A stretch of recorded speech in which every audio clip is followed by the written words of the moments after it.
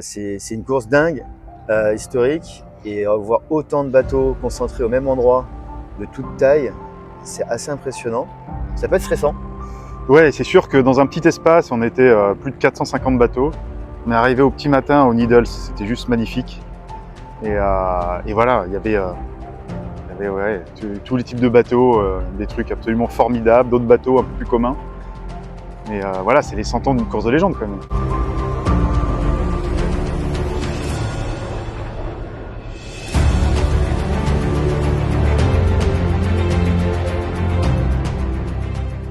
Au début, c'était un choix un peu stratégique, savoir avec qui j'ai envie de naviguer, avec quelles compétences j'ai besoin d'être enrichi. Et finalement, je me réenrichis de retrouvailles. J'ai retrouvé mon Thibaut d'il y a 25 ans. Hein.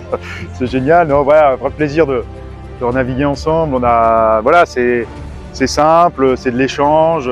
Il y aura forcément des prises de tête à des moments parce que ça reste des bateaux sur lesquels il faut faire des choix et qu'on peut ne pas être d'accord, etc., etc. Mais en tout cas, on se connaît notre fonctionnement. Et aujourd'hui, ce qui prévaut, c'est la joie de naviguer ensemble sur un super bateau.